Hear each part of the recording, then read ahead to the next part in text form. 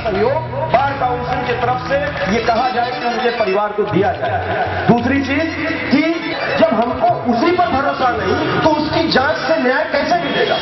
तो मैं निवेदन करूंगा कि इस मुकदमे की निष्पक्ष जांच पुलिस से नहीं हो सकती है।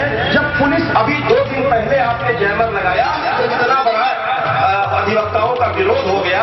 जब आज आपको पता लग गया कि अब ये मीटिंग होने जा रही है तो अभी 2 दिन पहले आपने लगभग 4.5 करोड़ का जैमर लगाया जेल में। लेकिन 2 दिन पहले तक जेल में सारी ऐसी सुविधाएं होती थी जो शायद प्रत्यक्ष या परोक्ष रूप से प्रदेश सरकार है आपकी जितने भी मांगे हैं सारी की सारी मांगे जायज हैं।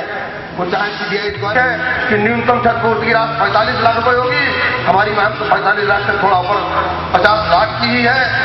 और इस शहादत के पीछे सरकार की लापरवाही, सरकार की आक्रमणता जिम्मेदार है।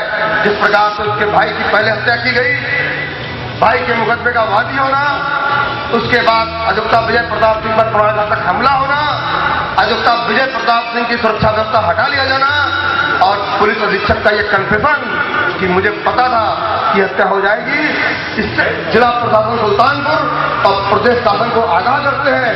जी पूर्व अध्यक्ष अरुण तिवारी जी, अजय शुक्ला जी, मंचस्थ सुल्तानपुर के और लंबुआ से जो आए हैं, काजीपुर, जयसिंहपुर, बल्दी राय आदि एसोसिएशन के अध्यक्षगण, पदाधिकारी और अधिवक्ता। छोटा सा मैं शुरू करने के पहले जरा इस कप्तान की बात कर रहा हूँ, IAS और IPS की, उसे शुरू कर रहा हूँ। तुझे घमंड न हो अपनी ऊंचाई का, मेरे करीब आओगे तेरा वजूद मिट जाएगा। जिन बातों का मैंने अवलोकन किया मैं यहाँ के अध्यक्ष और मंत्री से निवेदन करूंगा कि जैसा राजकिशोर जी ने कहा कि 2 दिन अधिवक्ताओं की एक टीम बनाई है, विजय प्रताप जी की सिक्योरिटी वापस ली गई और इस दिन उन्हें कानून तो बनने की करार पे पहुंच गया कि आइंदा अगर किसी वकील की हत्या में कोई गैर जिम्मेदार काउंसिल उत्तर प्रदेश और विजय प्रताप जी का नाम अधिवक्ता एकता। अब एक आग्रह और करूंगा। नहीं, सबसे बड़ा जो वजह इसका न्याय न मिलने का यह है कि आज अधिवक्ता ही एक ऐसा समाज में व्यक्ति है जो कि बुराइयों के खिलाफ लड़ता है। अधिवक्ता की जो ताकत है उस ताकत को दबाने के लिए शासन प्रशासन सारे लोग अपने आप को कहीं न कहीं से प्रयास करते हैं कि अधिवक्ता अपनी वाणी को न उठा सके, क्योंकि जो ताकत अधिवक्ता के एक कलम में और 2 रुपए के टिकट और एक वाटर मार्क में, मुझे नहीं लगता कि इतनी बड़ी ताकत पूरे हिंदुस्तान में संविधान में किसी के पास है। यही वो वजह है कि अधिवक्ताओं को लोग दबाने का प्रयास करते हैं या अधिवक्ताओं के खिलाफ कोई मामला होता है उसको दबाने का प्रयास करते हैं। लेकिन हम बार काउंसिल के चेयरमैन की हैसियत जो कि एक बड़ा ही दुखद और ब्लाइंड मर्डर है और सुनियोजित मर्डर है, एक अधिवक्ता जिसको की सुरक्षा व्यवस्था शासन ने दी, किन कारणों से उसकी सुरक्षा व्यवस्था हटाई गई, किन परिस्थितियों में 2 मुलजिम जेल में दाखिल हुए और उसके बाद इसकी हत्या हुई, यह एक इतना गूढ़ विषय है कि अगर एक वकील जो कि दूसरों को न्याय दिलाता है अगर उसकी हत्या हो गई उसे न्याय नहीं मिलेगा तो मुझे नहीं लगता कि समाज के मजलूम लोगों को न्याय कोई शासन या प्रशासन दिलाता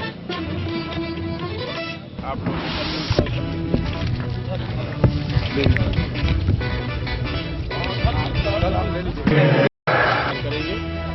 और उसके लिए मैंने अपने bar council of Uttar Pradesh से 3 मेंबरों की कमेटी बनाई है, जिसमें माननीय अरुण कुमार त्रिपाठी जी पूर्व चेयरमैन हमारे रहे, माननीय रवि सिंह जी उच्च न्यायालय के अधिवक्ता भी और बनारस से शंकर सिंह जी हैं। इन 3 लोगों को मैंने कमेटी बनाई।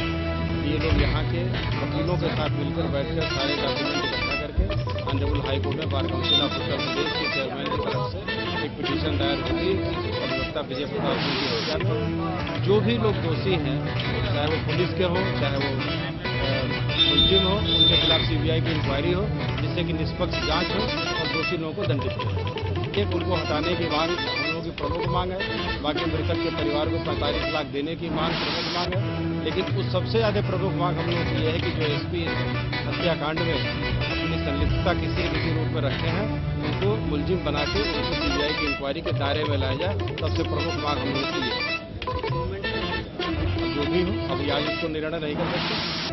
अगर हमारी मांगे मान ली गई, सीबीआई इंक्वायरी हो गई, इन्वेस्टिगेशन शुरू हो गया, तो हमारी बात वापस है। अगर हमारे भाई मृतक के विधवा के पैसा मिल गया तो हमारी बात वापस है। अगर नहीं मिला तो हमारी लड़ाई जब तक सारी मांगों को पूरी नहीं करा लेंगे तब तक पूरे प्रदेश में हमारी मांग मान ली जाती है तब हम कोई स्ट्राइक नहीं करेंगे, नहीं मांगी जाएगी तो पूरे प्रदेश में बंद नहीं। सबसे बड़ा जो वजह इसका न्याय न मिलने का यह है कि क्योंकि आज अधिवक्ता ही एक ऐसा समाज व्यक्ति है जो कि बुराइयों के खिलाफ लड़ता है। अधिवक्ता की जो ताकत है उस ताकत को दबाने के लिए शासन प्रशासन सारे लोग अपने आप को कहीं न कहीं से प्रयास करते हैं कि अधिवक्ता अपनी वाणी को न उठा सके, क्योंकि जो ताकत अधिवक्ता के एक कलम में और 2 रुपए के टिकट और एक वाटर मार्क में, मुझे नहीं लगता कि इतनी बड़ी ताकत पूरे हिंदुस्तान में संविधान में किसी के पास है।